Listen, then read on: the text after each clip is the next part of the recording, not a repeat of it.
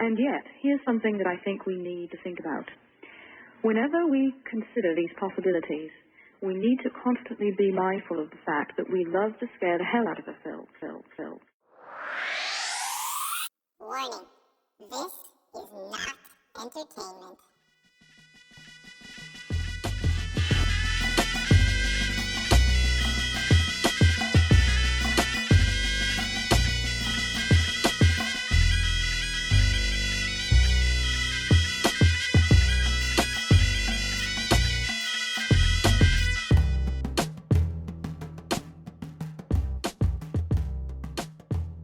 So it took a little bit longer than anticipated, but Dgreenockle is back on the podcast today. When I had him on a few months ago, we left it off saying that there would be a part 2 at some point, and that we would continue our discussion. For those of you who caught that first episode, we dove into a lot of topics related to manhood, masculinity. We talked about some ideas around what we called a man camp, or some sort of a retreat that tied into talk around this idea of the rite of passage. That's something that used to be a staple for young men and has kind of fallen by the wayside in recent times. So for those of you who liked that conversation, and I know a lot of you did, we got quite a bit of emails and a lot of feedback, all positive on that conversation. Well, here's part 2. I know it's a bit overdue, and that was, 4 or 5 months ago now, but we're going to jump back into some of those same topics today, as well as some additional material. We spend quite a bit of time loosely paraphrasing and talking about Jordan Peterson's latest book, 12 Rules for Life, The Antidote for Chaos. So those of you who are familiar with Dr. Peterson and his work, you'll catch some of those themes in this episode, as well as our own spin on things. We talk about current events. We jump back into the conversation about Man Camp and kind of put out a call for action if anybody wants to get involved or share some input or recommendations around that. You'll hear that in this episode. But I don't want to give it all away here in the intro. We do talk for about an hour and 30, hour and 40 minutes. So I'm going to keep this brief and we're going to jump right into it. But before we do that, I just want to say thank you, as always, to our listeners and our supporters. I won't give a roll call here, but you know who you are, and thank you guys for being sustainers of this podcast. As I always say, I certainly don't do this to make money. This little show is never going to be a source of income for me, and I don't intend it to be, but it does help us just maintain the cost of production, as well as do a little bit of advertising and marketing. And we do continue to grow and reach a larger audience week by week, episode by episode, thanks to those of you who support the podcast. So if you want to learn more about this show and ways you can support it, and that doesn't just mean, financially donating to the show, but helping to promote the show, the best thing you can do is promote it, share the link to our website with somebody else, or the link to our Facebook page, or whatever podcast service that you're getting this episode from, if you just want to recommend that to somebody. We appreciate that just as much as dollars. So thank you guys, those of you who have supported us, those of you who have given us shout outs and reviews. It really does help us move up the algorithm. If you can go onto iTunes and just leave us a 5-star review. It takes 2 seconds, especially if you're listening through your iPhone or your Android device, and it does wonders as far as getting the show a little bit more notoriety. So once again, as always, I never grow tired of saying it. Thank you guys for taking the time out of your day to listen to this podcast. I hope you find value in it, and I hope you continue to listen in the future. And without further ado, here's my buddy, Dgreenockle.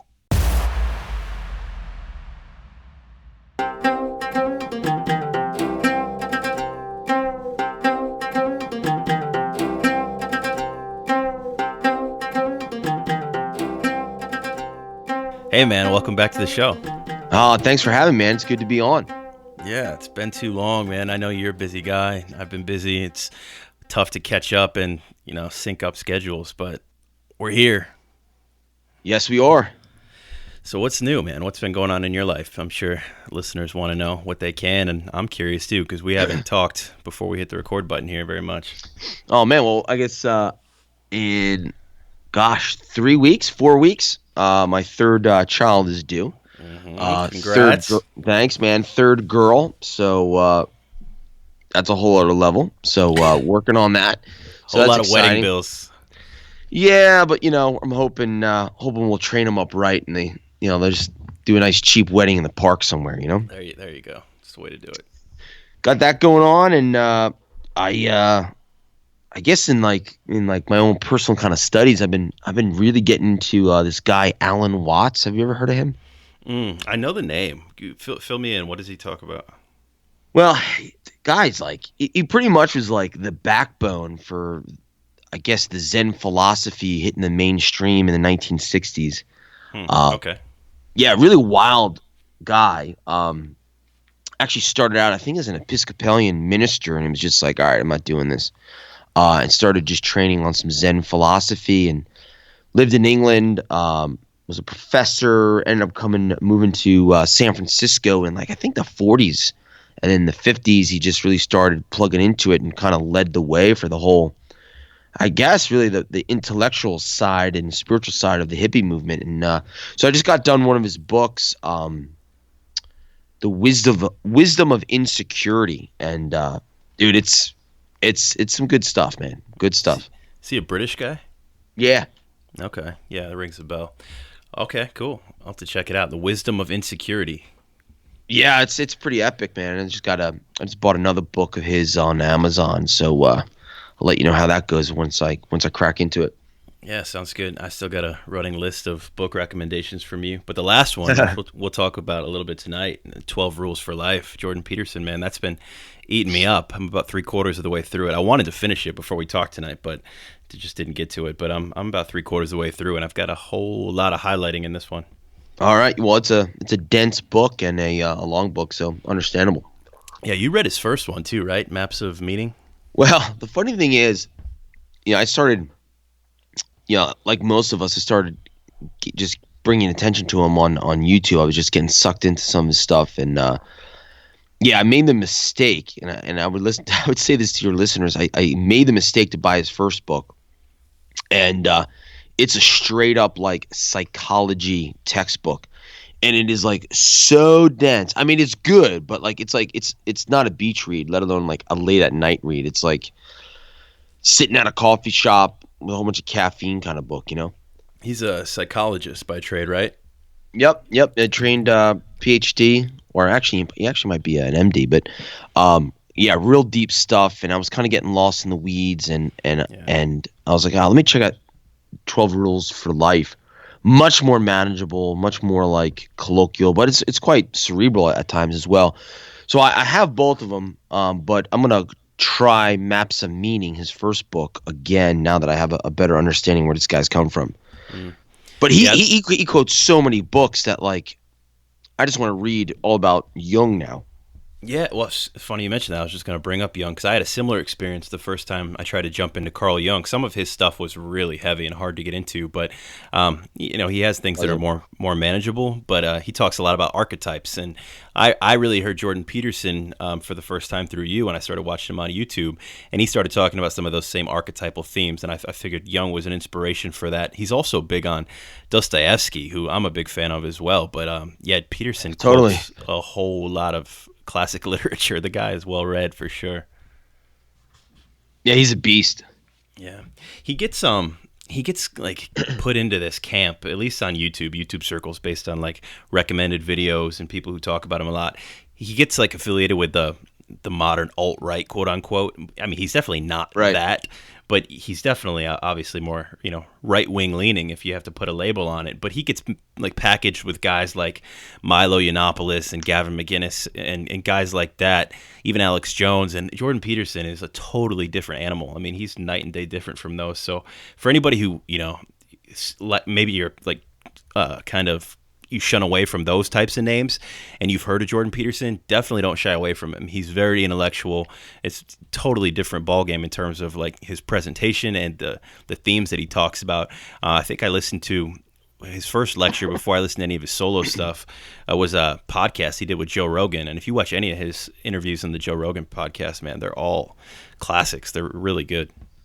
Yeah, no, it's kind of like this weird catch-22 kind of thing where I don't think he would have gotten the same attention that he did so quickly if it wasn't for some of those YouTube clips. Mm-hmm. But it kind of pigeonholed him for some people. He just got real big on in Canada and the some of the speech laws that were happening dealing with gender pronouns, and people just kind of lumped him up into too small of a category. Yeah, he peaked at the perfect time too. I mean, this guy was a professor for years at University of Toronto, I believe. But I mean, his message started to resonate because of the cultural climate, with political correctness and then militant feminism. Like he was really the antidote to a lot of those themes in the mainstream, and I think he just blew up from there. Right. No, totally. Yeah. So. Well, anyway, I want to jump into some themes from his book in a few minutes here, but what else you got going on? Anything else new and exciting going on in your life? I kind of cut you off. I'm trying to think, man. Well, baby coming is kind of absorbing a lot of stuff, but things are going well in school, in the school year, the academic year. Things at the church are got some good energy and some things developing, which is real exciting. Going to be running a tour to Israel with my brother-in-law. We got about 30 people coming for 10 days. We're going to go around and just do like some real deep. I don't want to call it a field trip, but more like field study into the land of Israel and get into it. So real excited about that. And then of course my little jiu-jitsu development is going well. So I'm excited about that, man. Yeah, what belt are you now? Blue belt? No, I'm a white belt still, but you got some stripes. Yeah. 2 weeks ago, I got my third stripe, which was super exciting. So this time next year, I should definitely have the blue belt. I'm hoping so. Okay, yeah, I lose track of time because like our conversations have been so interspersed lately. We used to talk a lot more than we do now, but I forget how long you've been doing it. You coming up on a year and a half, 2 years? A little over a year. Okay. Yeah, a little over a year. So, they usually say about 2 years per belt. So I'm on the right course. I'm not able to, with all the other responsibilities, family, life, work, I can only get out there like 2 times a week. So there's only so much progression you can do, Cool. Yeah, the Israel trip sounds awesome too. We talked about that briefly last time we talked over the phone, not on the podcast, but a lot of listeners might not know this. I don't think we've talked about it on the show, but you went to college at Hebrew University and you lived in Israel for a few years, right? Yeah, man.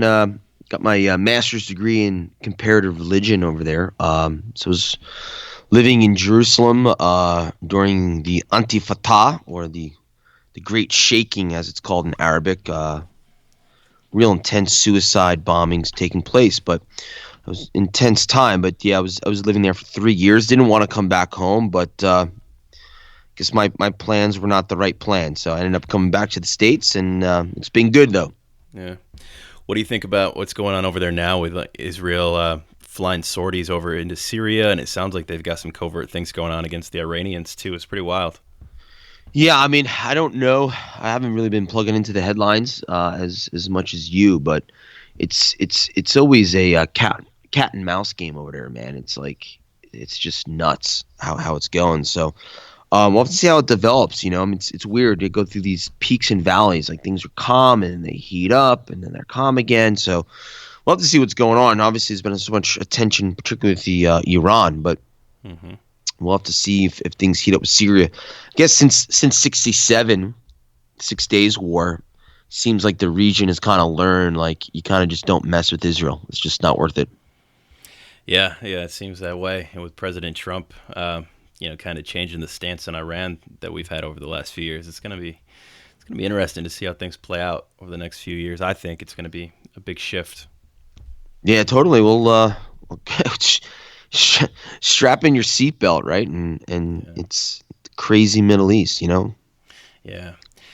Well, last time we talked, we got pretty deep into the weeds on some themes around, I guess the central premise was manhood, but we talked about a lot of different things. We shot the breeze around an idea that we've batted around before around man camp and education. We talked about rite of passage, some cultural hot topics. I wanted to jump back into that space again. We don't have to live there for the duration of this entire podcast, but we did promise the audience when we left that episode at a conclusion that we'd come back for a part 2 at some point. I didn't think it would take us 4 or 5 months, but let's jump back into that stuff, man. I know we've been texting a little bit and had a few phone conversations where we've talked about some things that we thought would be worth mentioning on the show, but I think a good place as any to start would be some of these themes from Peterson's book, man, because I know you finished it and I'm about 3/4 the way through it. And that's a heavy hitter, man. There's some stuff in there that I think should be required reading for any young adult man, at least in in our modern cultural context. But what were some of your favorite chapters? It's kind of broken into 12 different short essays, and they're all topical in nature. So were there any that stuck out to you? Yeah, I mean, there's two that really stuck out to me. I know the one didn't. It seems like the one that stuck out to you the most was the first chapter, which I liked. But yeah, the one that really stuck out to me, man, was rule number 7, and it's pursue what is meaningful, not what is expedient. And so I just feel like that really fits into the conversations behind manhood, masculinity, and everything. So I was just my heart was just really on that heartbeat, Yeah, and for those who aren't familiar with it, when Peterson talks about meaningful, what qualifies as far as meaning? What gives something meaning? Okay, so yeah, so what there's a lot of things here. So what he makes mention of is that so many people look to find happiness, and that's kind of like a fleeting journey. And so what he says is really what mankind should be doing is that, in fact, they should be finding that which is meaningful. And if you pursue that which has meaning or that which is meaningful, a natural byproduct of that is going to be happiness. Yeah. I think a theme that I guess comes out in that, and you probably get this with your jiu-jitsu too, is that anything worth doing is difficult, but it's also most rewarding. Like I've found personally, with my job, I get to work from home quite a bit when I'm not traveling, and it's really easy to just work in your pajamas for 3/4 of the day, and you're still productive. You get things done, obviously, but you're not regimented as you otherwise would be with your schedule. And if I do that for more than a couple days straight, man, I'll get mopey and start to get depressed, even though I'm comfortable. But I'm not doing anything. I'm not challenging myself. Maybe it's partially too because you're not participating in society. But I didn't really think much of it. And then I heard on another show, I won't mention the show, but I was listening to a couple of gentlemen talk about doing hard things on a podcast, and they said basically if you want to be happy in life, you have to do difficult things. You have to try and fail, and you have to build resilience and get stronger. Building a skill is what makes you happy and gives you meaning, quote unquote. Yeah, when reading that and having conversations with you, I kind of went on a rabbit trail looking up some of this stuff, and I came across a couple cool reads.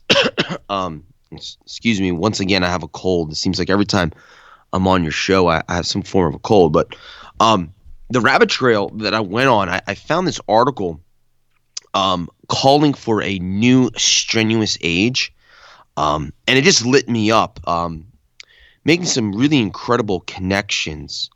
If you take a look at Teddy Roosevelt has this great quote. He says, "Happiness and usefulness are largely found in the same soul."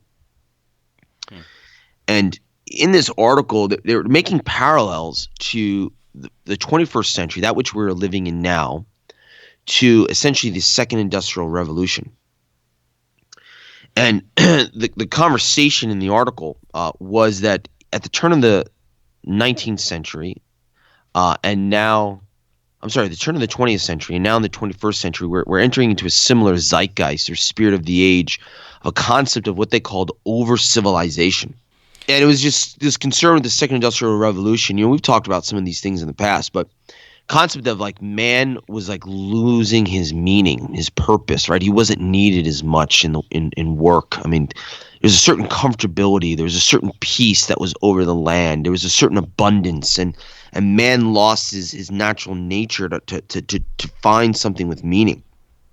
And so they're making the connection that the discontent, the anxiety of things that many people are experiencing now is very similar in, I guess you could argue, right, the third revolution, which is no longer really industrial, but is a technological one. And it was just phenomenal. Yeah, actually, the doctors at the time, 100 years ago, actually gave it a name. They called it neuroasthenia. It was this neurological disease of a constant feeling of angst.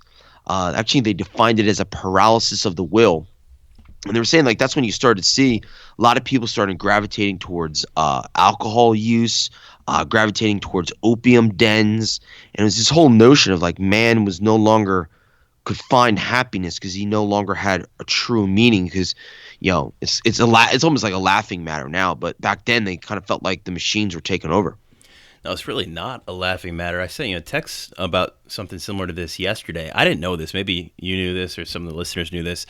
So, the in the West anyway. When I say West, I'm talking in the context of America, not the European West here. But in the States, our life expectancy has been going down for the last few years. Right. There's several reasons for that, right? I mean, unhealthy diet, lack of exercise, etc. But the number one reason, according to multiple researchers who are pretty well respected and have written in peer-reviewed publications, the number one reason is because suicide rates have been on the rise. They've been ticking up quite a bit. And guess what the number two demographics are?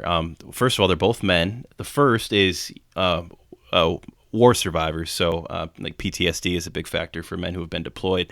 But the second is predominantly Caucasian men in their mid-40s to mid-50s, and they credit that to social displacement, like displacement in the workforce, and castration, like not in a literal sense, obviously, but castration of the male role in society. Like they feel like there's no need for them. So with that lack of purpose, a lot of them, choose suicide as a way out. I didn't realize how prevalent it was. I mean, obviously you hear stories, but it's enough that it's one of the leading drivers for our lower life expectancy. That's wild.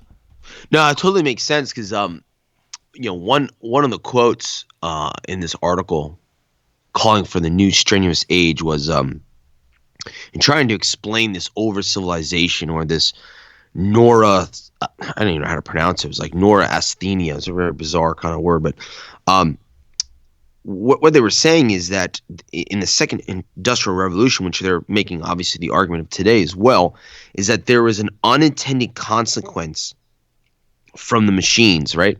And the unintended consequences of atrophying men's moral and muscular fiber, ending skill, weakening grit and character. This notion of like your work no longer had honor in it. There's no war that is going on. There's no great cause that is happening. And so particularly men's moral fiber and grit and resilience was just being pulled back because it was an economy of abundance. Everything was all about just an economy of pleasure, and people were losing the essence of life. So the strenuous age concept, then you basically have to invoke it. You have to go out and seek it, right? Because the ability to change that on a mass scale, like we can't invoke difficult circumstances that require like mass mobilization for a larger meeting. Like that stuff just comes upon you, like World War II, something like that. But I think, and correct me if I'm wrong here, like Teddy Roosevelt's idea with living a strenuous life is that you seek these things out, right? He was like a feeble boy as a child, but then he becomes a great hunter, a hiker. He's a wrestler. The guy like sought out difficulties. Yeah, and I think this is what goes right in with Peterson, where he's saying that you're not going to find happiness until you find a meaning to your life. Mm-hmm. And one of his other chapters that I just really liked, which I think just dovetails with this concept, is a chapter entitled something along the lines of "Do not compare yourself with anyone today, but rather compare yourself to who you were yesterday." Yeah, that's one of my favorites too. Oh man, so it's this whole notion of just progress, right? And when we're living in a time of abundance and pleasure, there's no meaning there. And so I think for men, many of us have never seen or have lost this concept of like what the heck is the meaning to your life, and yeah, that's a problem. I came across as a student of comparative religion, I really like plugging into some of the philosophy of particularly Judaism.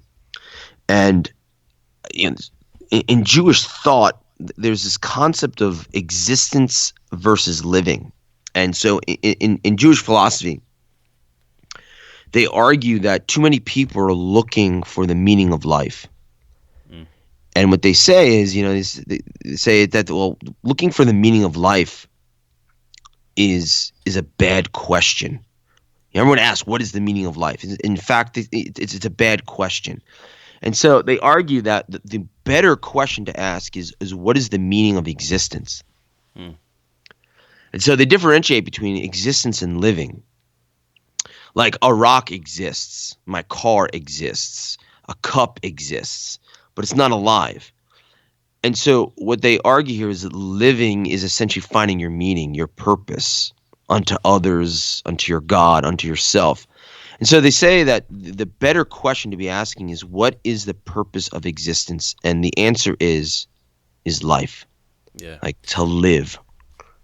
So, and I feel like that's the missing piece, Yeah, I agree with that. But another component of that, I guess, if you try to parse it out a little bit. So we live in, while we're on the topic of religion, I think this is probably appropriate, but we live in a very quote unquote spiritual society. Not everybody would, affiliate themselves as evangelical Christian. There's a lot of different expressions of it, but in the West, a lot of people find meaning through religion and spirituality, and that's true for, the Middle East and other parts of the world as well. But here, I think especially here, a lot of people seek that as, being the sole driver of their meaning because, as you said, we've lost it in other capacities. We lost it in our work for the most part. A lot of us spend our careers working in a cubicle farm trying to climb the corporate ladder, things like that.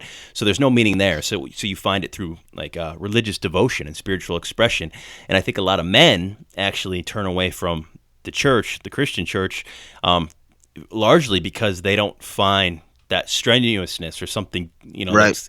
They're being called to, like, that requires sacrifice. You know what I mean? Like the modern message in the West when it comes to church and Christianity is, this very much like grace-driven message. And I'm not saying there's anything wrong with that per se, but the ramifications of it are certainly negative in that men are kind of repelled by that easy, relaxing, type of religious expression. This is why Islam is such a big driver for young men, people who are zealous and have a lot of energy and want to commit to something.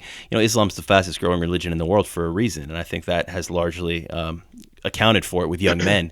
In the West, there's not a whole lot of meaning expressed in your spiritual faith. Young men here join a church and it's like, is this the end all be all? Like, I'm going to, live a decent moral life and then I'm going to die and go to heaven someday. Like, that repels men. And there's also, like, we live in this age where there's like this zeitgeist in religion where it's very feminine. And I think you'll know what I mean here because right. You're a musician and you're a pastor in a church. But like the music we sing, it's like, it's very much like a lover and a beloved, like right. The relationship of like the bride and the bridegroom. Like, that doesn't appeal to men. It really it kind of repels men, like that type of imagery. And I think that's largely an outcry as to why the numbers of male who are like religiously affiliated is on the decline in the West is because of that, hollowness as far as, perceiving spirituality as a way whereby we can define meaning. Like even that is becoming a weakness for men just as much as society has been through automation and things like that. Yeah, there's I mean, that's the pulse of things, man. There's so much to unpack with it, I think this is that differentiation between existence and living, and even connecting it to that over civilization mentality of the previous century. And in many ways, religion or Christianity has become a pleasure-driven movement, right? Yeah, for sure. And so I think this kind of fits into this Jewish philosophical way of thinking of that, seeking your pleasure is really just bettering your existence, right? It's like, I want my existence to be better. And so what can I do to make it more pleasurable? It could be alcohol, it could be drugs, it could be promiscuity. It could just be, trying to accumulate more wealth because you're trying to protect your existence. But the problem is, as you try to protect your existence in a spiritual and philosophical way, you're losing life. I mean, that's why, like Jesus says, right? Whoever wants to keep his life must lose his life. I think what he was talking about was like whoever wants to whoever wants to have his life, he has to rid himself of his existence in some regards. And I don't mean like existence as like a metaphysical way. I mean your footprint, right? It's like this notion. I mean, the Buddhists, teach this big time. I mean, Alan Watts was teaching this big time. This notion of like your existence, of your arrogance, of your footprint in a place, in a locale. As we care less about the pleasures of our existence, what we have left is life. Yeah, definitely. I think there's a lot of truth to that, and also, that sparsity of like reducing your footprint, physically in terms of material possessions, but also like the baggage you carry around in your mind. Also, I think that builds character and resilience. It forces you to live a more disciplined life, for lack of a better term. Like that, we talked about that 4-step cycle, I think, last time you were on the show. It's like strong men create good times, and then good times create weak men, which is kind of the cycle that I think we're in now. And then weak men create hard times, where we're kind of at the transition between those two. And then the 4th step in that turning is that hard times create strong men, and you go back full circle. And this is from like the greatest generation till now would be an example of that, that cycle for the most part. Yeah, when you were talking right there, I'm kind of embarrassed to even say this, but I got pulled into this Netflix show. Yeah. Why are you called, embarrassed? Well, I don't know if you've heard of it, but it's called Tidying Up with Mary Kondo. Oh, no, I have not heard of it. Oh, man. So everyone was talking about it, and so I was like, let me check this out. And it's just this Japanese millennial woman who goes into like homes in America, and she just like teaches them to like get rid of stuff and to like get their affairs in order. And I'm just saying this, and maybe it's not much of a sticking point, but like at least around here, man, it's like everyone is watching this show. Yeah. Is it like a upper middle class suburban housewife type? Oh, absolutely, thing? absolutely. Okay. But I got pulled into it, man. I got pulled into it. So is it good? It's pretty good. I mean, I saw a couple episodes, and I was like, all right, it's pretty neat. I'm embarrassed also to say, and like I'm telling you, like any of your listeners who have seen this show, there's a 90% chance that they roll their T-shirts and their underwear and put it in their drawers. Like, wow, I do that in my hiking packs. Like, it's efficient for packing. I'm telling you, anyone who's listening right now, you know what I'm talking about if you've seen this show. And the reason why I'm making mention of it is because it's this notion of like she goes into these freaking like LA homes. They have so much junk. I mean, just years and years of existence, just junk. And they're like crying out for like order, stability, and like real life. And she comes in, she doesn't even speak English. She's got a translator. And she's like, go through your stuff. She has like this kind of weird hippy dippy spiritual thing. Like, hold on to your belonging. And if it doesn't give you joy, throw it out. Like, feel it. If it doesn't give you joy, throw it out. You mean like physically hold on to it and see if you get a sensation? Physically hold on to it and see what it's like trying to tell you. If you throw it out, you have to take a moment and you have to thank it. Okay. I can dig that. I like that. But it's this whole pulse, man, like where I mean, why is this thing a hit show? I guess is what I'm like asking. It's like, because we've got so much shit, man. Like our houses are all full of crap. But I think it's an allegory, man. Like our lives are full of crap, right? There's so much piling up of existence, and there's so little life that's there. And people are. I guess what I'm just trying to say is that like if you want to connect all the dots, what we talked about so far, it's like Jordan Peterson is saying, if you want meaning in your life, if you want happiness in life, you have to find meaning.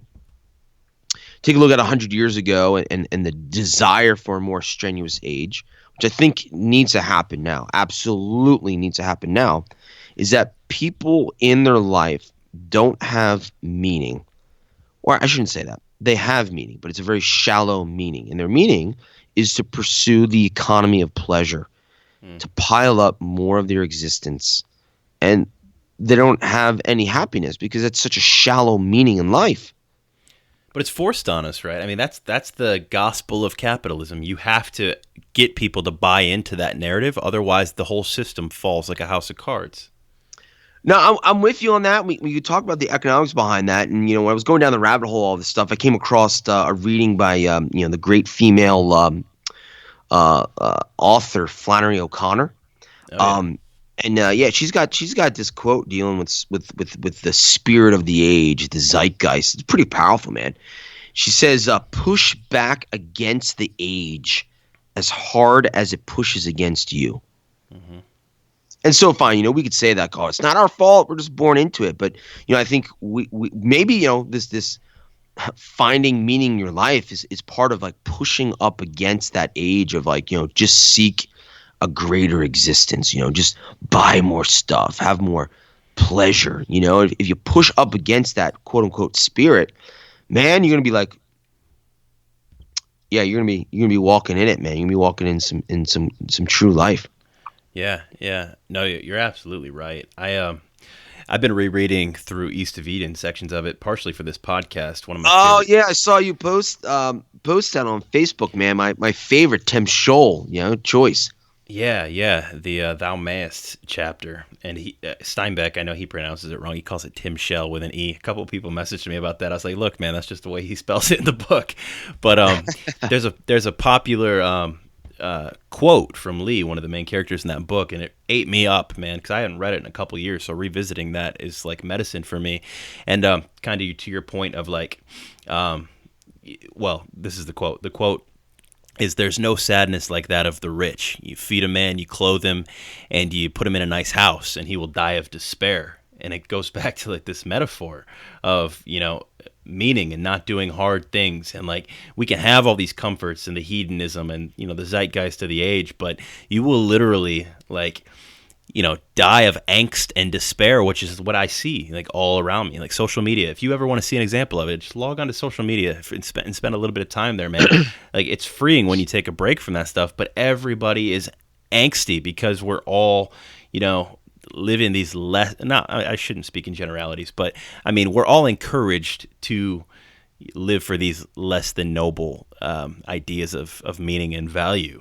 And like that quote hit me hard because, when he says rich, I don't think of it necessarily as like a man with a lot of money. I think it is like rich with time, rich with comfort, rich with an ease of life. Like, you put a man like that in his house and give him no cares, no troubles to worry about, he's going to die of just flat out despair for the reason you said. Like, he hasn't done anything strenuous with his life. I've gone into cycles where I've started to feel that for myself, and it's like, I got to break out of this rut and go do something, or I'm going to go crazy. And for me, that outward expression is like usually, like going for a hike, climb a mountain, something like that, something that's going to, require some vigor and discipline. But if you stay in that place, man, you can easily fall into depression. Yeah, 110%. It's you're not finding real life. You're working on the existence. You're not finding the meaning. And in East of Eden, when they made the movie, it's funny. The character Cal was portrayed by James Dean. This like masculine guy that seems to be in touch with the anima, right? As we were talking about, the female and the male, the soul, the emotions. And yeah, brilliant book and timely for what's going on. It's just a matter of like, what are people going to do about it? You can shake people up, but you listen to this podcast or previous podcasts, and then you wake up in the morning and you're right back into the lion's den. Yeah. Yeah, for sure. Cal he's a pretty interesting character, but that book is chock full of interesting characters, and Cal's one of the least interesting in my opinion. If you haven't read that book, guys, you should definitely check it out. It's got some of the best character development of any story I've ever read. Samuel Hamilton, who was my favorite character in the book. I mean, you could write a research paper just on him alone and like the wisdom that he exudes in that book. So I know some of you guys don't listen to those Immortal Words episodes. It's really just me reading excerpts from literature that I think is timeless. But if you haven't, I recommend checking that one out. Not because of me reading it, but just because it's worth reading. So either pick up the book or at least check out the reading of that chapter because it's powerful stuff. But yeah. So you actually just touched on something else I wanted to talk about, like the persona, the anima or the animus. So it comes from Carl Jung. And one of the reasons why I like that first chapter of Jordan Peterson, I didn't know this, but like in Taoist philosophy, the yin and the yang, that's kind of where the the anima and the animus comes from Right, in Jung's perception. So I don't know, maybe I've been living under a rock. I did not ever realize that the two fish in the yin yang, and I've been around yin yangs my whole life. My dad used to make them out of clay and sell them at concerts. I just assumed it was like, I don't know, just like a cool Eastern design, but I didn't realize. Okay. Yeah, I didn't realize that it was a representation of the masculine and the feminine energy, and that's why like the black dot is in the white fish and the white dot is in the black. It's the representation that we all have a bit of the opposing force within us, and this is like the whole order from chaos concept. Like in the book of Genesis, you have Elohim and Tiamat is the representation, the feminine energy, the sea serpent goddess, wrestling and fighting against the masculine energy, which is God in the Genesis story.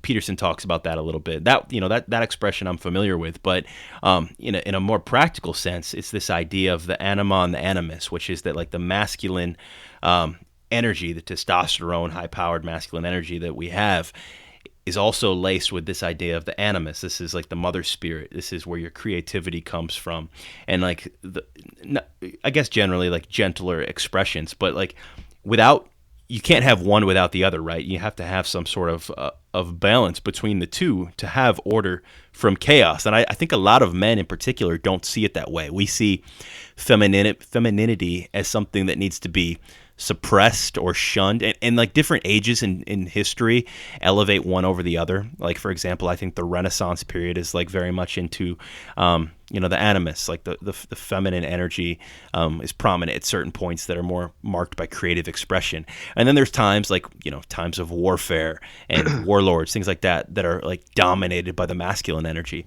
But Peterson, actually, a lot of people accuse him of being like sexist or like a male chauvinist based on some of his lectures that are taken out of context, but he's not that at all. Like he spends a lot of his time talking about masculine energy because it's under attack really in modern culture and society.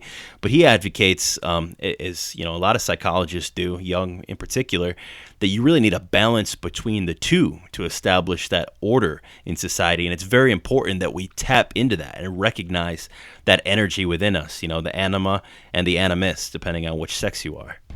Yeah, and he talks about like what will happen if you're not tapped in, right? So, with the animus, if you don't have an appropriate handle and expression interaction with the animus, whether male or female, what he says here is it's going to manifest in the negative. So, if you don't have a true expression of the animus, the what he calls the male inside of the female, you don't have an appropriate balance of it. And so what happens is it expresses itself in a bad way, and that male energy, whether in a male or a female, if it's not processed properly, you become the know-it-all. You are a bully. You are controlling. It's essentially, before his time, he's articulating toxic masculinity, which I think we both agree with our last podcast that together, that's a bad term. It would be nice if people just actually maybe call it like toxic animus, but no one's going to know what the heck that means. But yeah, it is horrible ramifications if you don't balance the yin and the yang, the anima and the animus, or as Peterson just simplifies it, chaos and order. Yeah, chaos and order. I think that's the best way to portray it. I like, the religious imagery. Obviously, you and I come from like that background, and educationally speaking, like that's profound imagery for me because of that, like the Tiamat El representation. But it's crazy how you see that in so many other cultures. Like you see that with Marduk, even like going back to like ancient Babylonian culture and previous to that. It's almost like people were tapping into this metaphor from like our earliest dawning of civilization, that people were realizing that you need these two energies to create life, to create existence. Well, this is the power of Peterson. Right, he is able to take psychology and religion and literature, and in a very Jungian way, he's able to find the archetypes that have been manifested on Earth through all of these different means, and he's able to dissect it. For any of your listeners, if you're looking for, not to put any competition to Eschaton, but if you're looking for an amazing podcast, if you're going for a long ride, if you go on YouTube and it's also on podcasts, you can listen to Jordan Peterson's psychological analysis of the Bible series. It is ridiculous. I think it's either the second or third lecture. He does this whole conversation on chaos and order from Genesis 1. And so I just throw that out there if you guys are interested. It's so good. Be warned, they're like 3 hours long. Oh, they're so long. They're so long, but they're so freaking good. One on Cain and Abel is like off the hook too. But going back to the chaos and order concept and that archetype. So this is the thing. I think this is what is missing, man, in our society today amongst women, but particularly men, is that there's so much order, or I should say fake order. There's actually not enough chaos. See, the power of yin and yang, as Peterson sees it, is that to have a fulfilling life, you need to have 1 foot in chaos and 1 foot in order. Right? If you have 2 feet in order, you produce the Nazi regime. If you have 2 feet in chaos, it's just complete like anarchy, tribalism.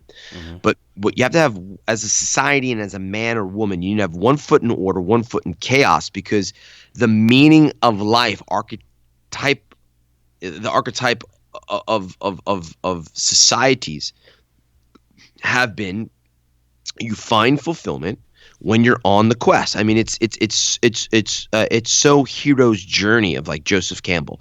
It's the whole notion. It's like, why do we watch the movies that we watch? Why do we love Lord of the Rings? Why do we love Rocky Balboa? Why do we love these stories where you have this unassuming figure who has a great adventure ahead of him, a great task?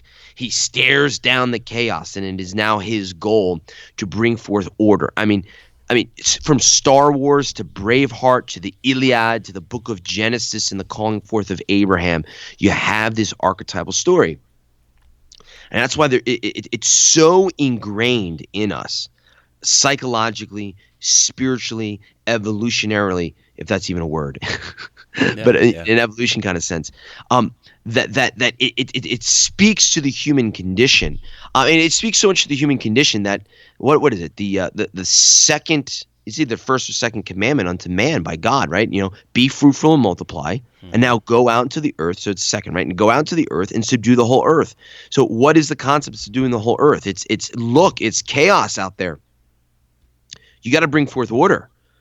It's Jesus. It's Jesus on the cross, right? He what does he do, right? He lifts up his spirit, and then he goes into the belly of the earth, right? No sign shall this generation see except for the sign of Jonah, right? He goes into the belly of the earth. He has to confront darkness. He has to confront hell. He has to confront chaos and bring order to it. And this is what's running inside of our DNA, man.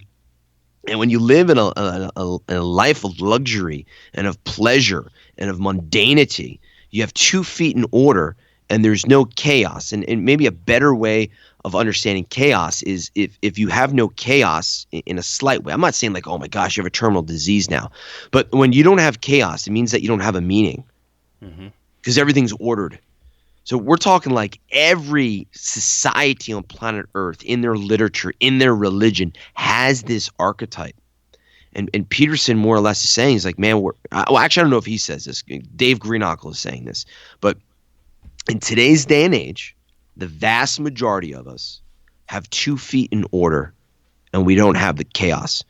And I'm saying chaos in a good way. Chaos is like the unknown, right? It's the cave. I mean, Joseph Campbell, I think I quoted it last time we were together. He says that in the cave that you fear lies the treasure that you seek.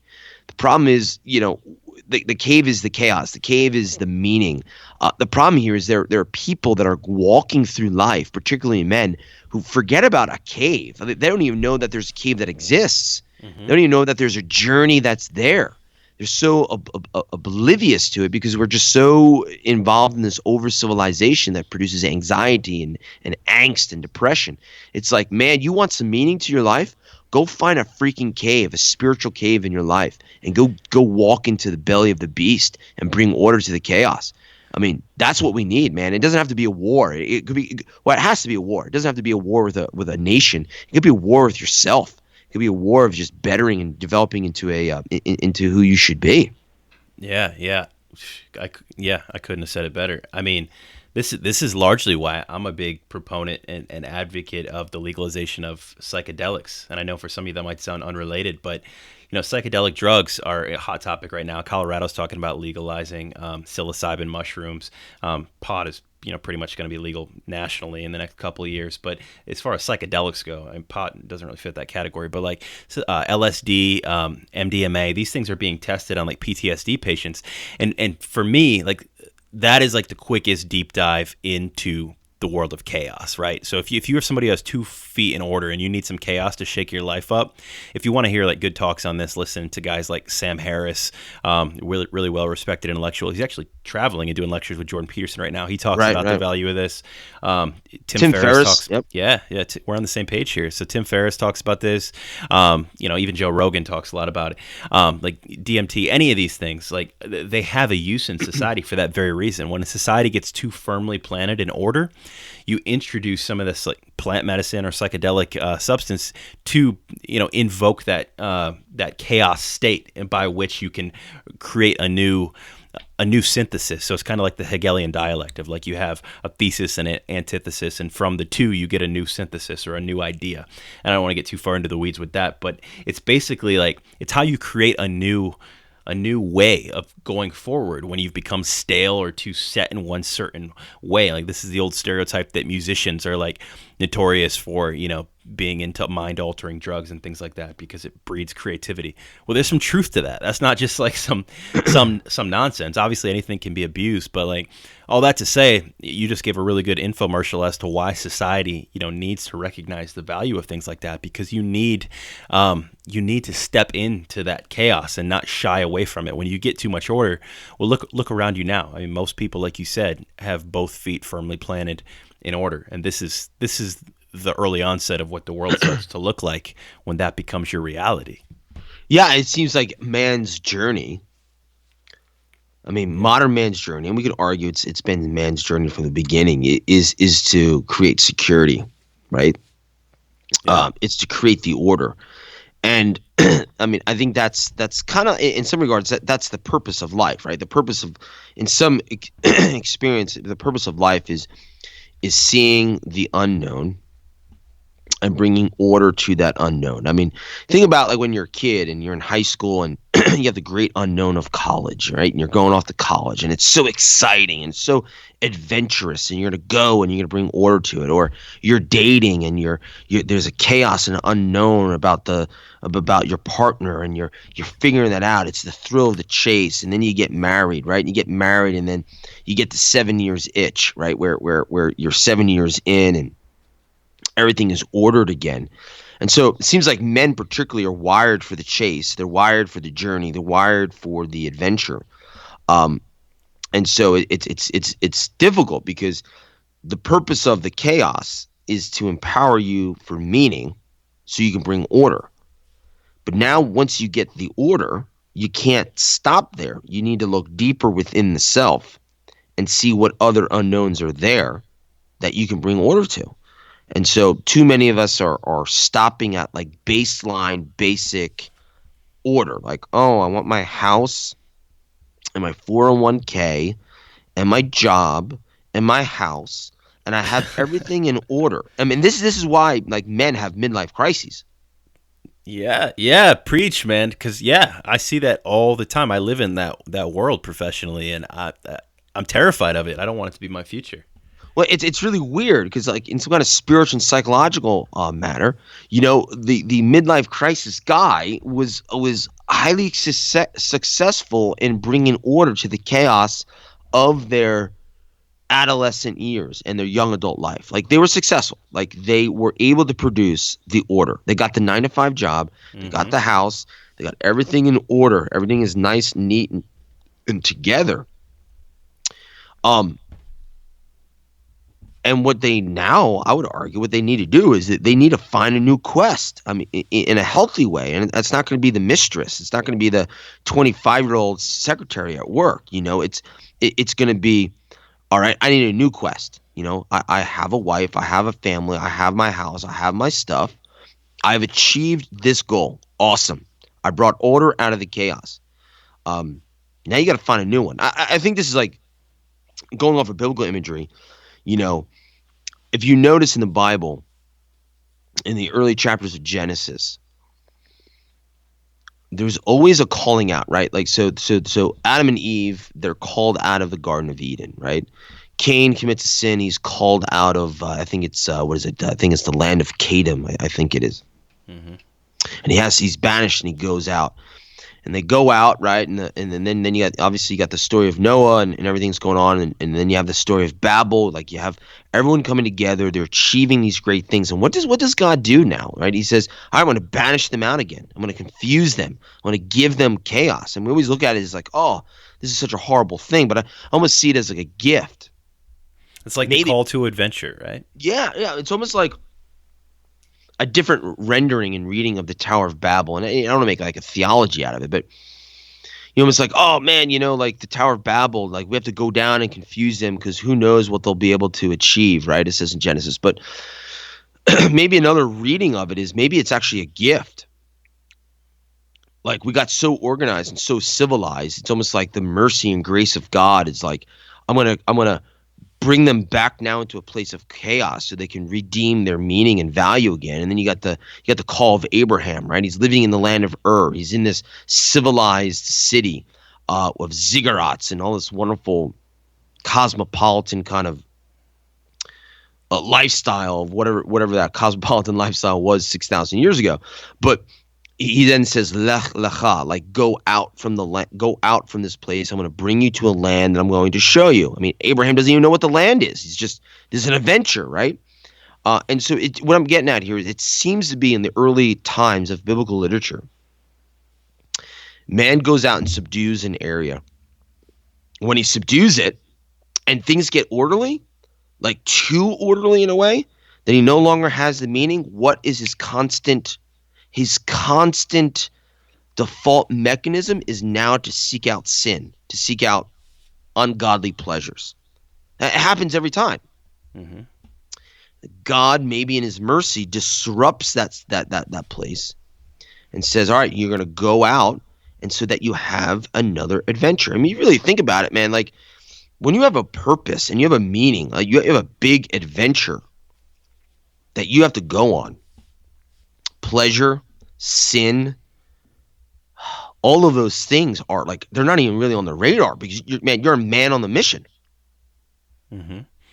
Yeah, it's true. I mean, when you commit yourself to anything difficult, your mind and your body don't have time for much else. So like you'll find that there's like a purity that comes with that. Like you're refined into a single purpose that challenge or that circumstance demands. I've been there a few times in my own life, and then when that's gone, it's really easy for a lot of vices to creep in and take its place. Absolutely. Because there's nothing left. Hollowness, right? It's gone. There's nothing left. So the vice helps bring some kind of weird metaphysical chaos in some kind of way, right? Exploration, if you want to, or whatever it may be. Yeah. And so the hard thing now, in the turn of the 20th century, right? There's this time of peace in the United States. I mean, obviously, the Spanish-American War, came to an end in 1898, but there's this time of peace, the progressive era, all that kind of stuff's going on, which is very similar to today, man. Like, there's a new progressivism that's coming, Mm-hmm. And there's this call in the turn of the 20th century for men to kind of get into hunting, get into Boy Scouts, get into football, get into all these types of things. And so in the now, the really difficult thing is how do you find the appropriate level and measure of chaos in your life? Like still keeping one foot in the order, but having another foot in the chaos. I think that's the magic bullet, man. I think the chaos is going to come whether we like it or not on a grand scale. I mean, I like what you're saying about willingly seeking it out and having that presence of mind to recognize that you need it in your life. That that call to adventure, that call to shaking up the stability and ridding your life of the vices and the sins. But as society and history have shown us, especially in the 18th and 19th century, the Civil War, World War II, things like that, you get reminders. Like there's wake up calls that come. They punch you in the face, and it mobilizes everyone to really check themselves. It hits you right in the face, and it says, check yourself, man.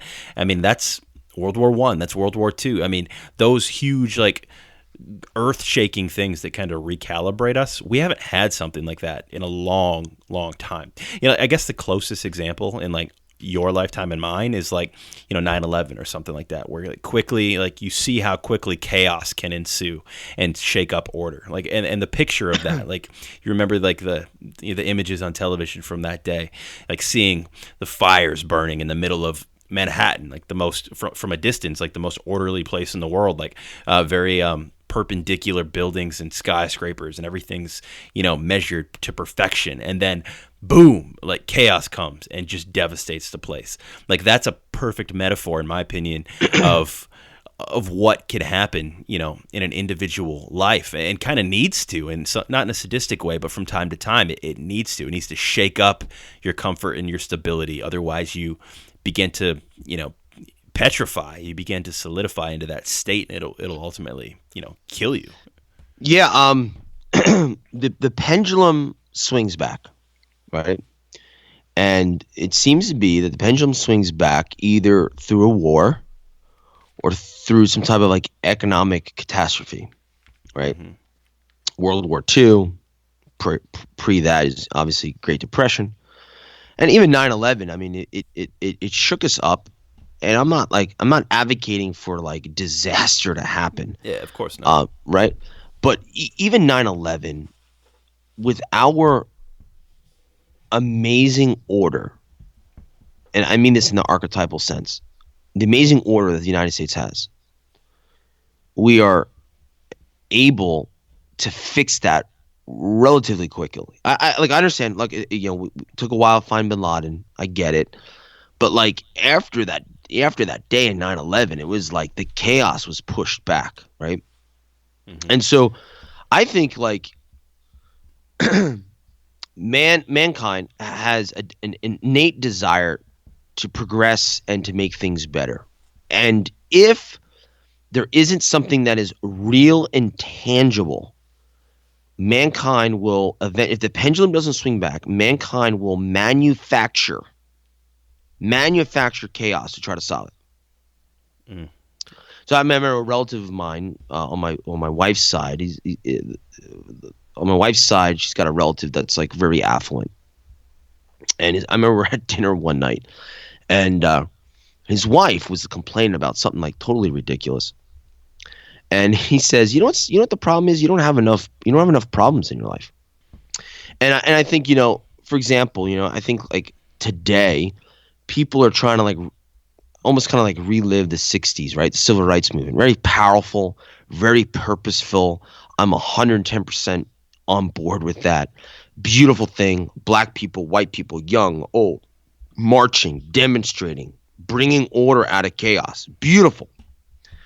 But that largely came to an end, and I'll be the first to admit there's still racism, there's still segregation in some regards, probably more so based on socioeconomics, and race clash and race division and race issues are still with us in the United States, but they're so much better.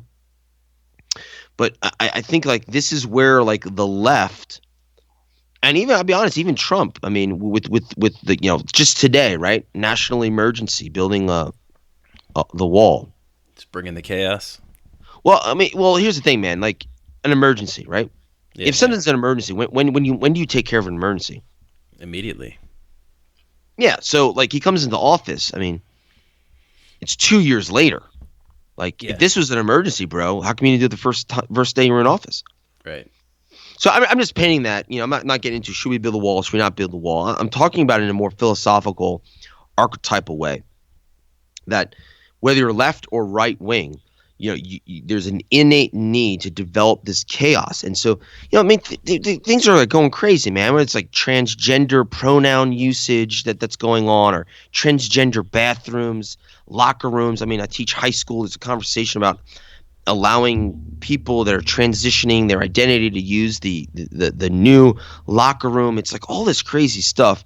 Or, I mean, the latest was what Cory Booker from New Jersey is talking about, how like we need to all become vegetarian and vegan because of global climate change. And so now like it's even like a notion of like, oh, now we got to like figure out what we're eating. And so I'm just saying this because it's like we have to like almost, mankind has this need to manufacture chaos. Yeah. But this brings me to rule number 6 of Peterson, where he Set says, your house in order. yeah, set your house in perfect order before you criticize the world. So what I just find is like all these movements of like trying to like, in many regards, manufacture chaos in order to find meaning and purpose in your generation.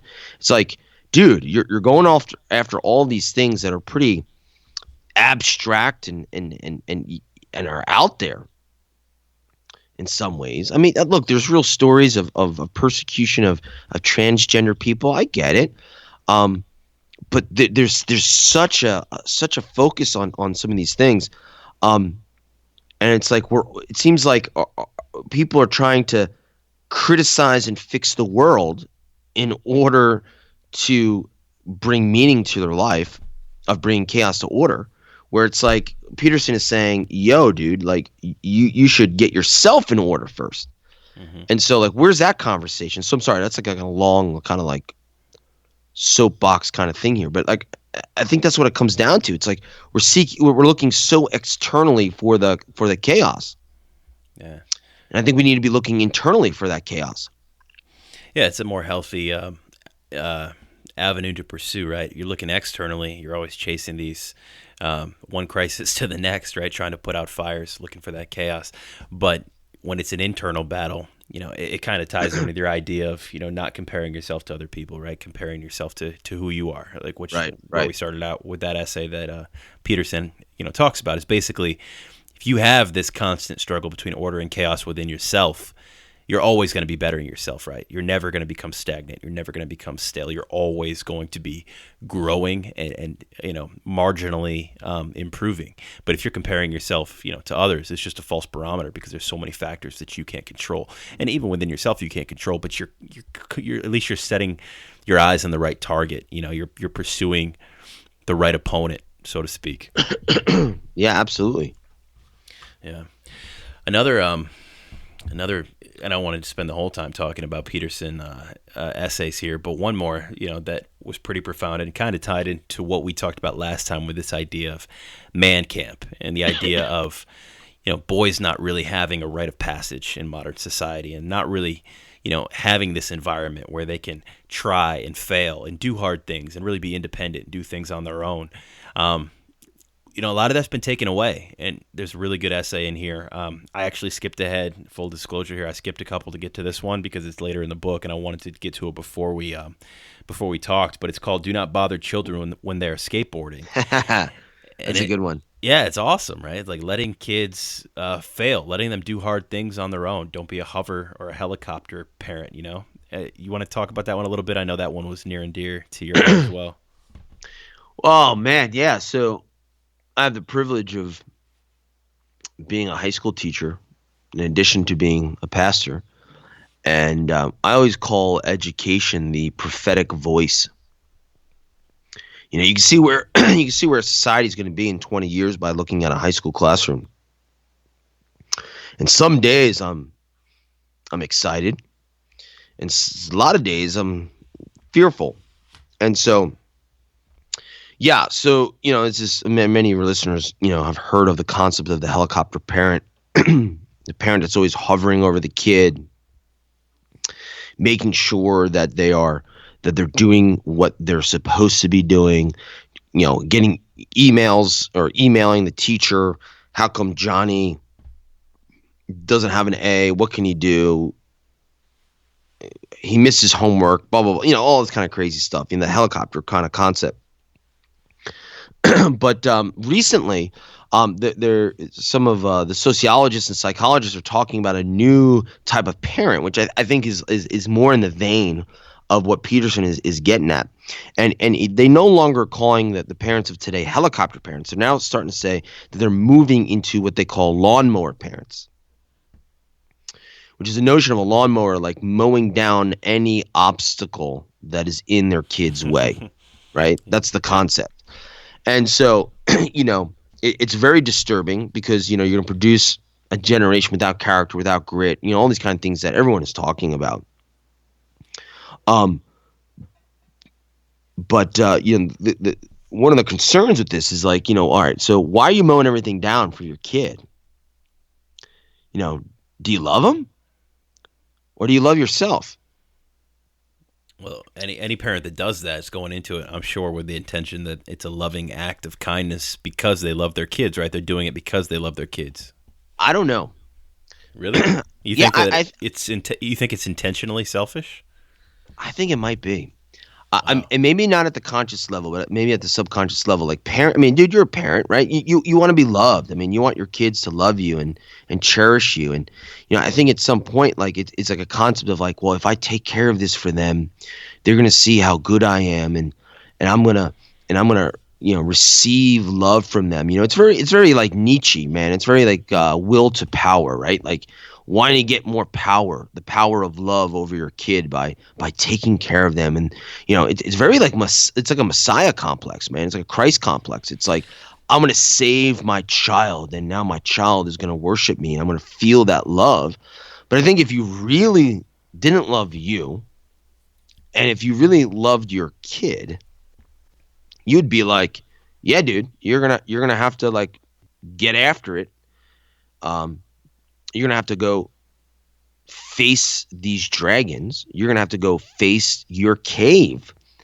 And so maybe parents that have no chaos in their own life because they have 2 feet in order are now living vicariously through this archetype through their kids. Like, I'm gonna get my kids ordered. I'm gonna bring order out of their chaos because I don't have any chaos in my life.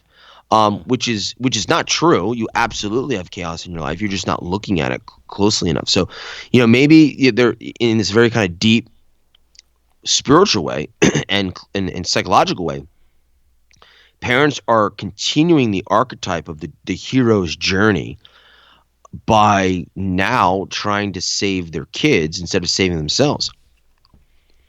Yeah, I guess I can see that perspective. Honestly, for the most part, with my own dynamic as a father, with my kids, I honestly don't take that approach. Like, I don't want to be that parent that mows everything down and makes life easy for them. Like, case in point, my son just, finished his first year of wrestling, and I think he was looking for opportunities for me to try and make it easier for him. Like, no, you don't have to practice that hard. You don't need to work on this. You don't need to work on that.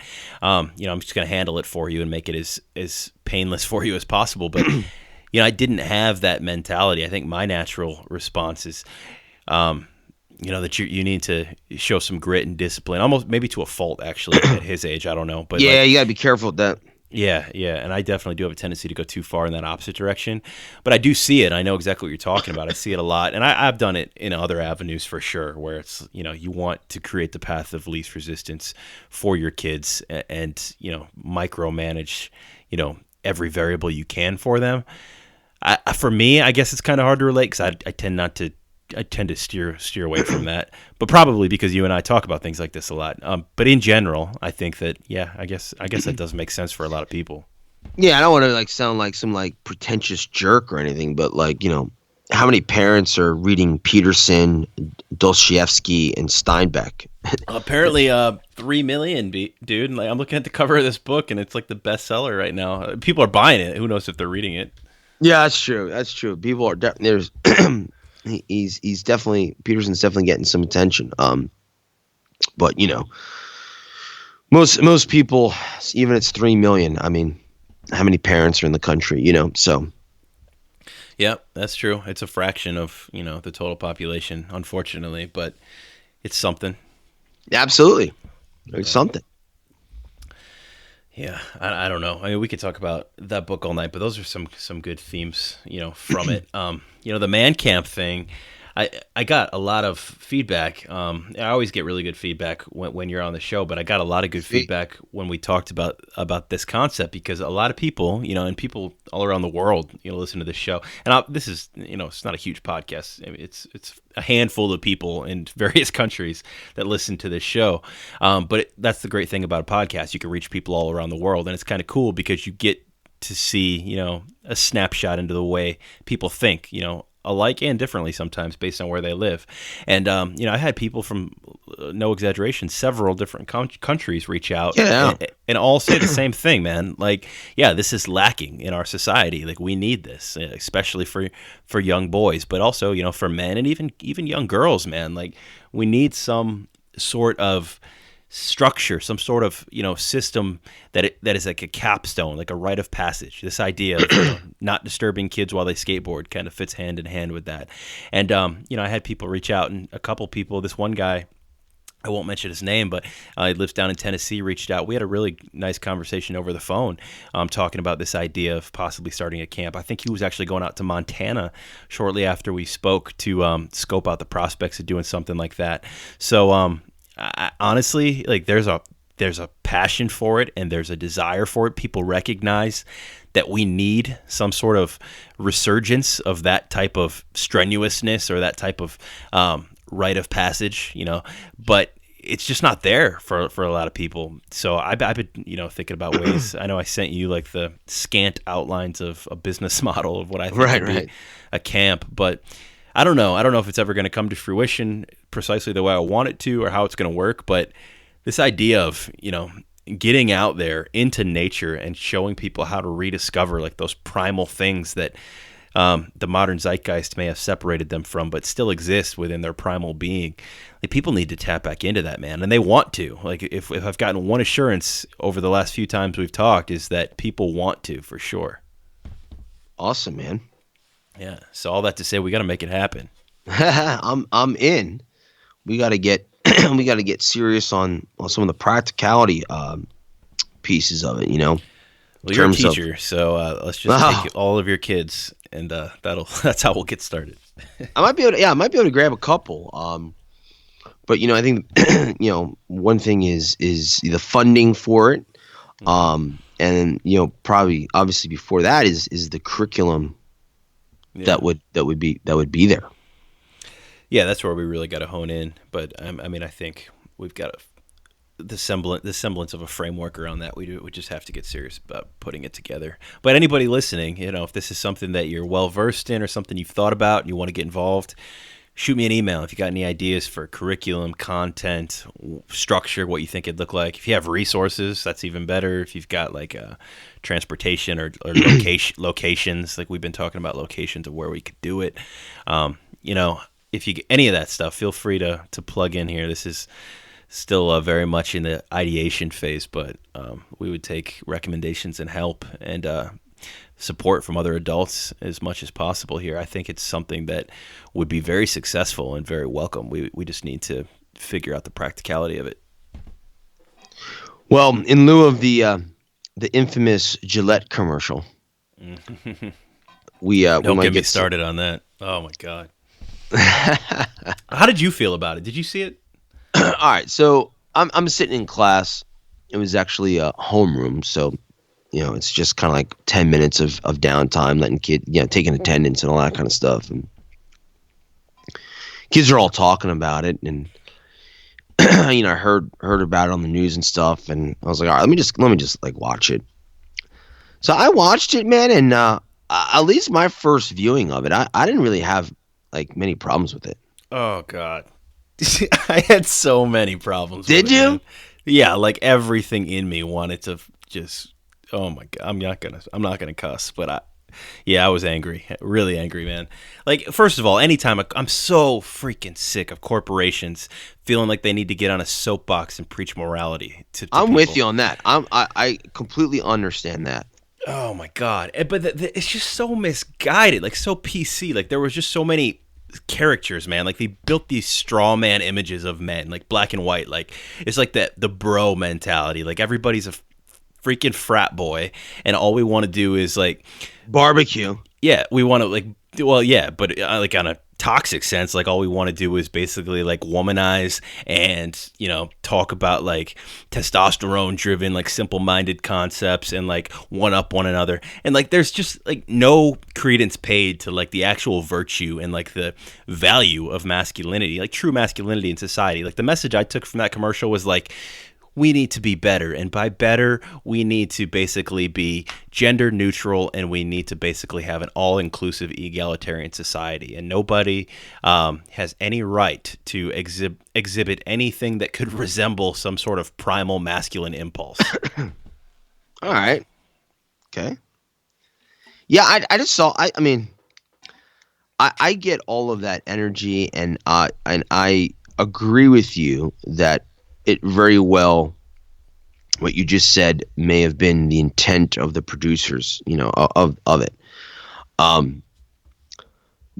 when I just watched it for face value, I mean, at least the way I saw it was like, all right, men, like step up and be a man and don't make women sexual objects, you know? Well, yeah, sure. But like, and most men aren't doing that. Like, we Correct, don't need a correct. reminder from a freaking razor company.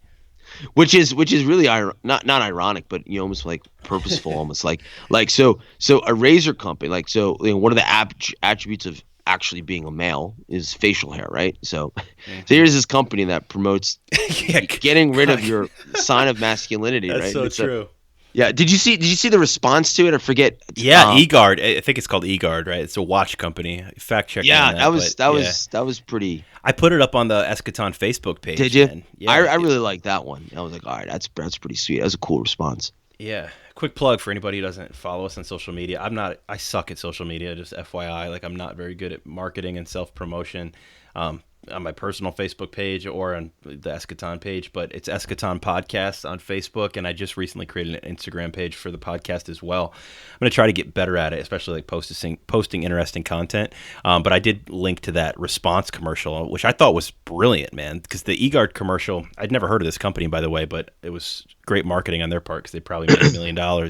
But they just focused on like the virtue of masculinity, like what is a man, and it is basically their premise. And they're like listing off these virtues of character of being a man, but they also talk about like some tough talking points, like highest suicide rates, men, highest incarceration rates, men, you know, talking about things like that. And it really hit home, like how underappreciated true masculinity is in our culture. You and I have talked about this before, like the lack of a father figure in the home and like the ramifications on that. You know, nobody likes to talk about that when we talk about PC culture. Like, oh, everything's the same. You can be raised by 2 moms or 2 dads and whatever. And this isn't anti-homosexuality. Like, I have siblings who are gay, and this isn't that at all. But this idea of complete egalitarianism when it comes to gender roles, like that's a problem. Like that's a problem because there are key things that a father does that a mother can't do, and vice versa. And when you take that away, I mean, you see, well, look at any household that doesn't have a strong male figure in it, man. So that's my biggest issue with it. Yeah, I almost wonder, like, what was the name of the company? eGuard, is that what you said? The clock, like, the watch company? eGuard, if I'm not mistaken. I'm gonna look it up right now.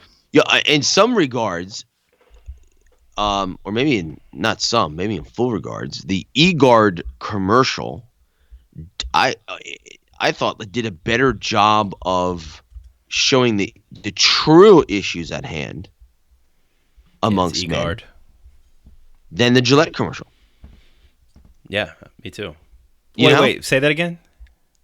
It was better at showing what? I think the eGuard commercial did a better job at showing the real issues or pulse and the whole picture of masculinity than the Gillette commercial did. Like they looked at, like, all right, like there are more men in jail, right? But there's also, you know, more men that are serving in the military. Like they showed the honor of men, but they also showed like things that men, I guess they showed some of the negative aspects of the realities of men in the country. You know what I'm saying? Yeah, for sure. You know, they did a better job at balancing that. Hey, get this. You want to see what kind of impact that commercial had? I just went to their website and I checked them out. I clicked the link right when that commercial came out, and it was very much like a bare bones website. Their homepage right now has George St. Pierre, like the famous UFC fighter, sporting one of their watches. They have Jamie Foxx on there with a watch. Sugar Ray Leonard's on there with a watch. Like they're showing like all these characters of like manly men sporting these E-Guard watches. And there's a notice on the top of the page. It's a banner that says most of their items are on back order and that they'll ship in late April. Get out. Yeah, man. I'm telling you, that response was awesome. E-Guard watches, guys, if you want to check out the commercial or the website. They're not cheap, by the way. Their watches are freaking expensive. Hey, man, maybe you can get them to be an advertiser on your podcast, you know? Yeah, I don't think I'm there yet, but maybe one of these days. But yeah, I don't know. I took issue with that commercial, man. Like I'm just sick of it. It was like a boiling point for me because there's so much of this PC culture stuff. And again, like Jordan Peterson taps into it. A lot of guys tap into it. And I get your perspective. My wife had the same response. Like I showed her the commercial. She's like, I don't see the problem. And I kind of went on this tirade, like I kind of just did on you. It was just like. Yeah, I mean, I was just, and maybe I shouldn't have done this. Maybe, I mean, but I just felt like I could differentiate between the scene of the minute or 2 minutes and what they were portraying, and I differentiated it with probably the intent of Gillette. You know, I was just able to do that, but maybe I shouldn't have. You know, I don't know. Yeah, I don't know. Their intent may have been in the right place. It's just that their forum, they're not the right voice to be making that case. I'm a big believer that corporations should stay out of stuff like that. Oh, I'm totally with you, but you know that man.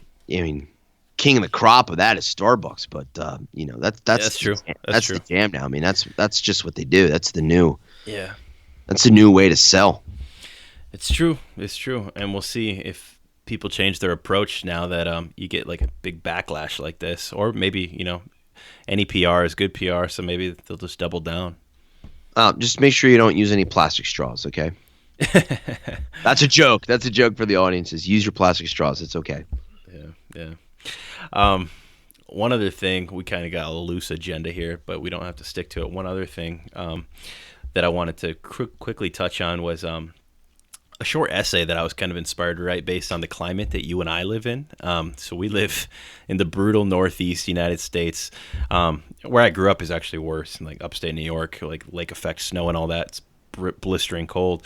But even here in Pennsylvania, it gets pretty nippy in the wintertime. And I have a lot of friends in the South and in warmer climates and family members, and they're all like snowbirds, man. They're either snowbirds or they live there year round. And people think we're crazy for wanting to live up here, but I think it kind of ties into this idea of resilience and kind of embracing this I guess this responsibility of conflict between the order and the chaos. Because to me there's no greater metaphor, and this is what the essay was about, there's no greater metaphor for not only the cycle of life in the macro sense of literal death and rebirth, but also the cycle within us, man. Like we go through these dark, quiet, like death periods, but then there's also new life and resurgence. And we have those seasons in our respective individual lives.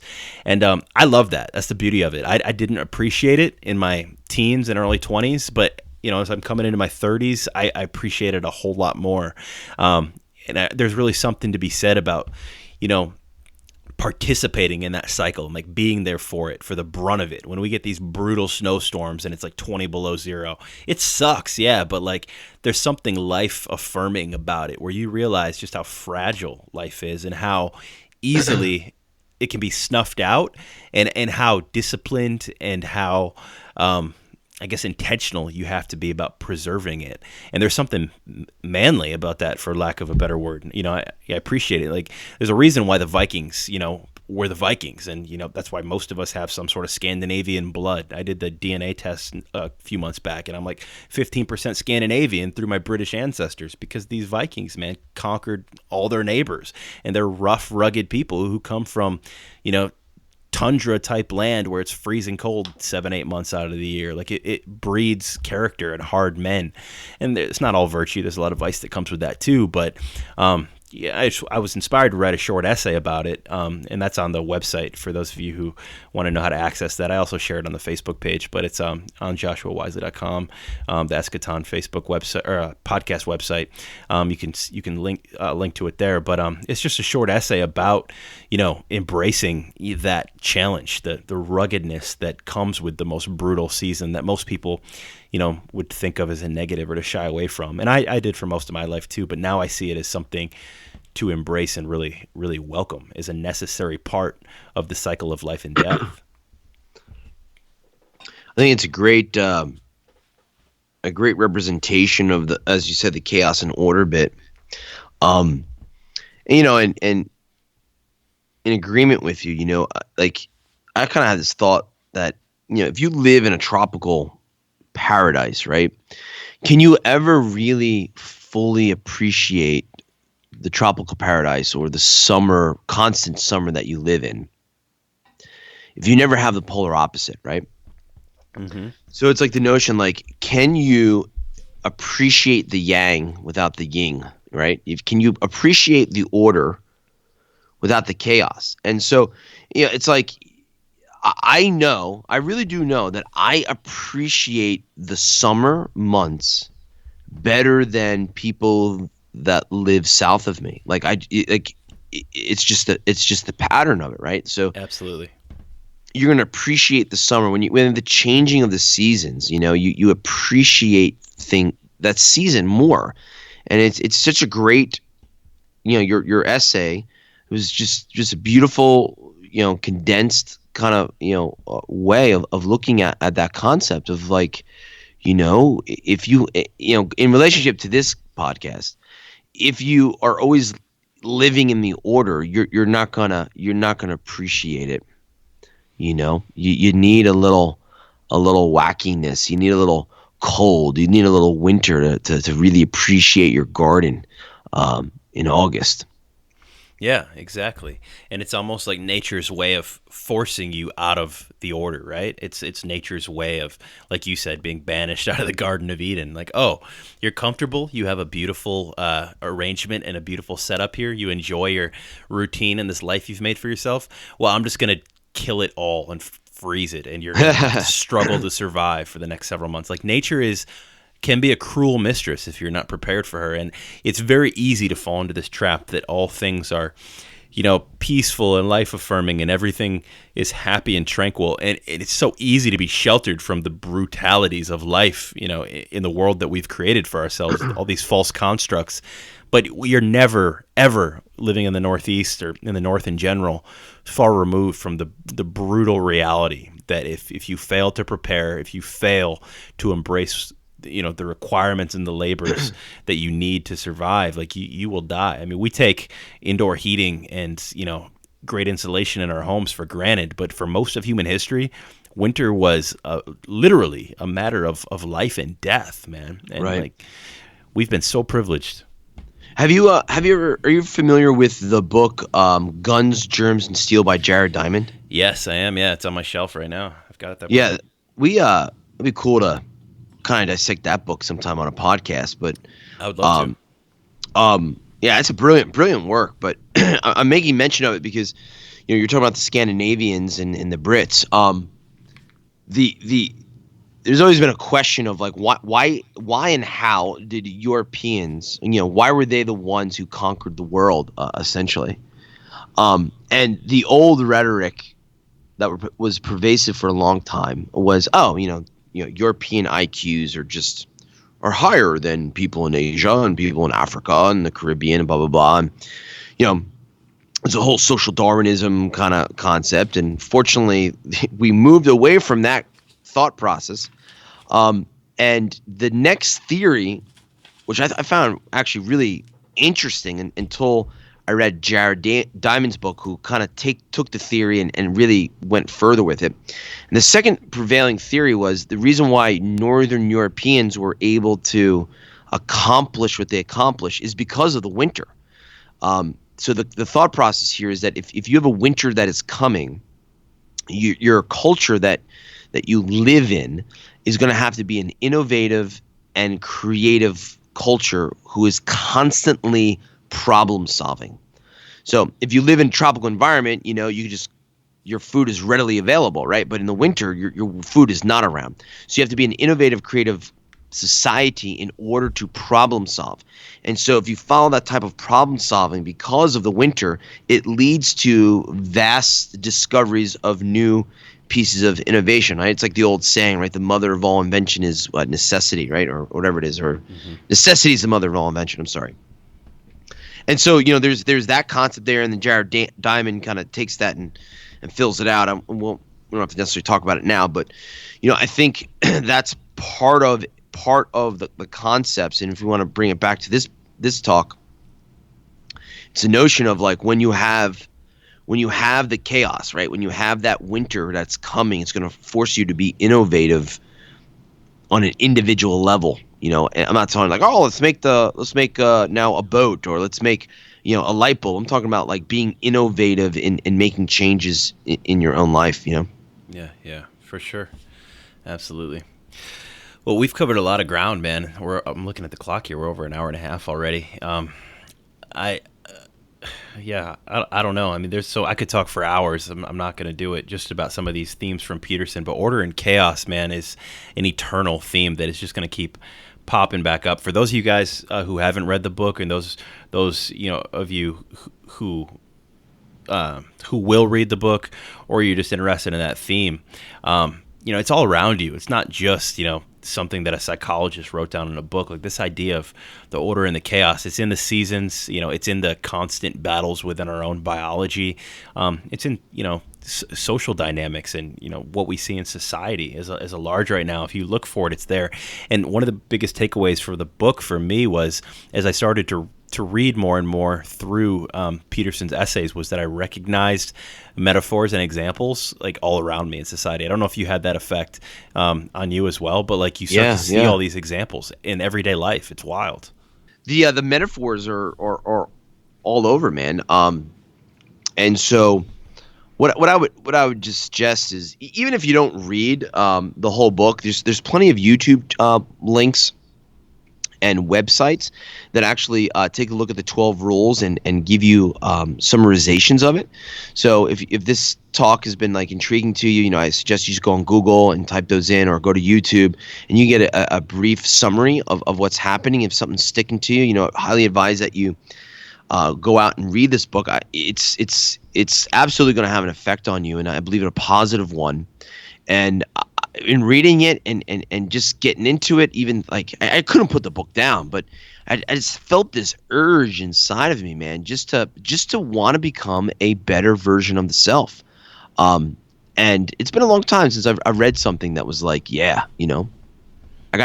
tomorrow I gotta be better than I was today, and I'm gonna wage war on the self, and not look external for the journey, but I'm gonna look internal, and that's where you're going to find the most amount of meaning in your life. And I think in these days, man, it's a must read. Well put. I agree completely. I'm almost done with it. I've got 2 more essays to read, but I'll give a final verdict in a future episode. But yeah. Well, I'm sorry. I was just going to say, I did read, or maybe I saw something by Peterson, that I think he actually has 38 or 48 rules. Oh, that's too many, man. I can't follow that many rules. Exactly. So that's why he's got this 12 rules. But there was a rumor, or maybe he just came out and said it, that he was going to write a sequel.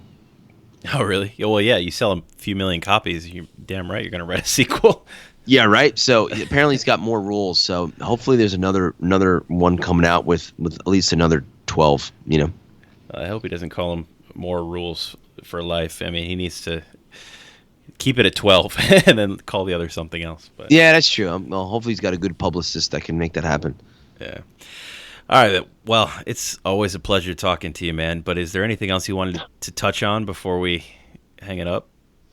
No, man. I think we covered a lot of good things, and anything else we'll just put on the back burner and let it brew a little bit until I'll have the hopefully one day a fortunate opportunity to get on the mic again with you.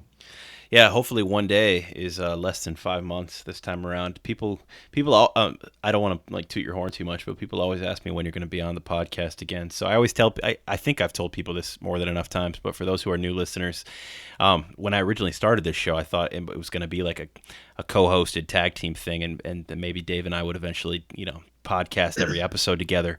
It hasn't really worked out that way, but I like the way it's worked out, and it's awesome to have him on every couple of months. But I think the more you're on, the merrier people are, man. A lot of people tune in to listen to what you have to say. So you definitely have an audience here, and you're welcome anytime.